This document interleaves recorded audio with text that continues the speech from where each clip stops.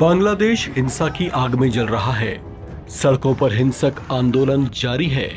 उपद्रवी जमकर कोहराम मचाए हुए हैं। राजनीतिक आंदोलन उग्र होते होते धार्मिक नफरत में बदल चुका है। बांग्लादेश में अल्पसंख्यक हिंदुओं को निशाना बनाया जा रहा है। उनके मकान और दुकानें जलाई जा रही हैं। आलम यह है कि हिंदू समुदाय के लोग जहां तहां जान बचाकर भागने को मजबूर हो रहे हैं।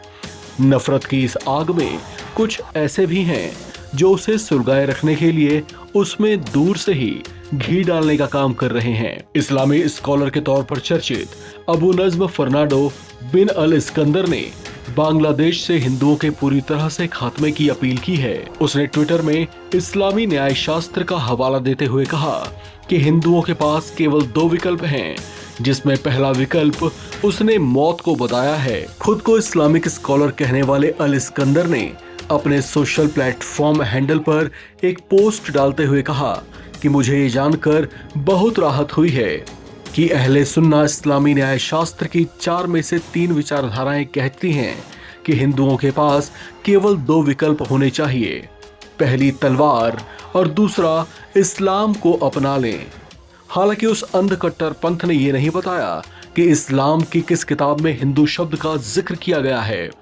लोगों को भड़काने और हिंदुओं के प्रति नफरत फैलाने के मकसद से कट्टरपंथी मौलाना ने जहर उगलते हुए लिखा कि हिंदुओं को इस बात के लिए शुक्रगुजार होना चाहिए कि अभी उनका सामना हनफी से हो रहा है, न कि मलकी, शैफी, हनबली से।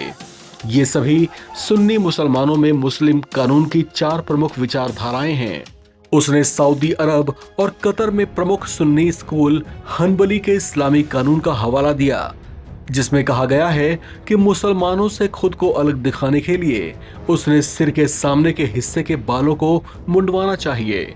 इस तरह की जाहिलाना बातें करके उसने कहीं ना कहीं ये जताने की कोशिश की है कि हिंदू मुसलमानों से कमतर हैं। इस जाहिल मौलाना ने अपनी एक और सूरत दिखाई और कहा कि उसे उन हिंदुओं से कोई परेशानी नहीं है जो मुस्लिम देशों में रहते हुए उनके नीचे रहना स्वीकार करते हैं।